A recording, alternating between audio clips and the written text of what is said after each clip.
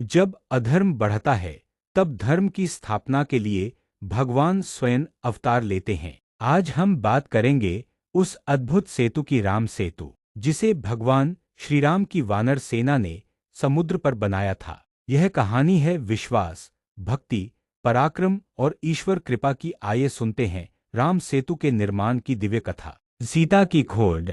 जब रावण माता सीता का हरण कर उन्हें लंका ले गया, तब भगवान राम अपने भाई लक्ष्मण और वानरराज सुग्रीव की सहायता से सीता की खोज में निकल पड़े। हनुमान जी लंका तक पहुंचे और माता सीता का पता लगाकर वापस लौटे। अब श्रीराम को समुद्र पार करके लंका जाना था, परंतु रास्ते में था विशाल समुद्र। समुद्र से विनती, राम की प्रार्थना। श्रीराम ने समुद्र देवता से रास्ता देने की 3 दिन तक विनती की, परंतु समुद्र शांत रहा। अंततः भगवान राम ने क्रोधित होकर धनुष बाण उठाया और समुद्र को सुखाने का संकल्प किया। तब समुद्रदेव प्रकट हुए और क्षमा मांगी। उन्होंने कहा, हे प्रभु, मैं मार्ग नहीं दे सकता, लेकिन आपकी सेना के लिए एक पुल अवश्य बन सकता है।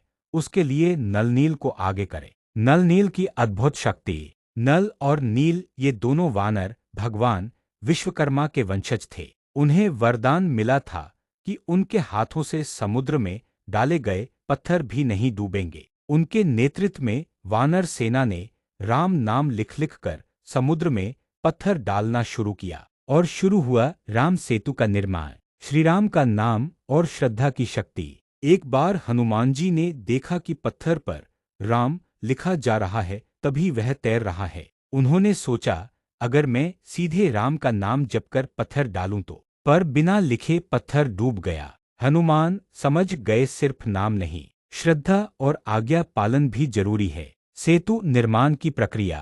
3 दिन तक लगातार वानर सेना सेतु का निर्माण करती रही। कई लाख वानर, रीछ, भालू और वन्य प्राणी इस कार्य में लगे थे। पत्थर, वृक्ष, पर्वत सबको जोड़कर पुल बनता गया। सेतु की लंबाई थी लगभग 100 योजन 120 किमी और चौड़ाई 10 योजन 12 किमी पूर्णविराम। यह सेतु भारत के तमिलनाडु स्थित रामेश्वरम से लेकर लंका, आज का श्रीलंका तक बना। आध्यात्मिक रहस्य। सेतु में भगवान की कृपा। यह सेतु केवल पत्थरों का पुल नहीं था, यह पुल था भक्ति, विश्वास और आज्ञा पालन का।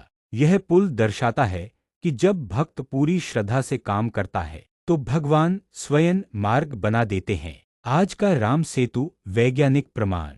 आज भी नासा की सैटेलाइट इमेज में आदम्स ब्रिज के नाम से एक प्राकृतिक संरचना दिखती है जो भारत और श्रीलंका को जोड़ती है। भारत सरकार के कई सर्वे में भी इस पुल के अवशेष पाए गए हैं। वह स्थान धनुषकोडी और रामेश्वरम कहलाता है। राम सेतु का धार्मिक महत्व। हर वर्ष लाखों श्रद्धालु रामेश्वरम जाते हैं और वहां सेतु के दर्शन करते हैं। कहा जाता है, जो उस स्थान की यात्रा करता है उसे मोक्ष की प्राप्ति होती है। रामेश्वरम में स्थित रामनाथ स्वामी मंदिर 12 ज्योतिर्लिंगों में एक है।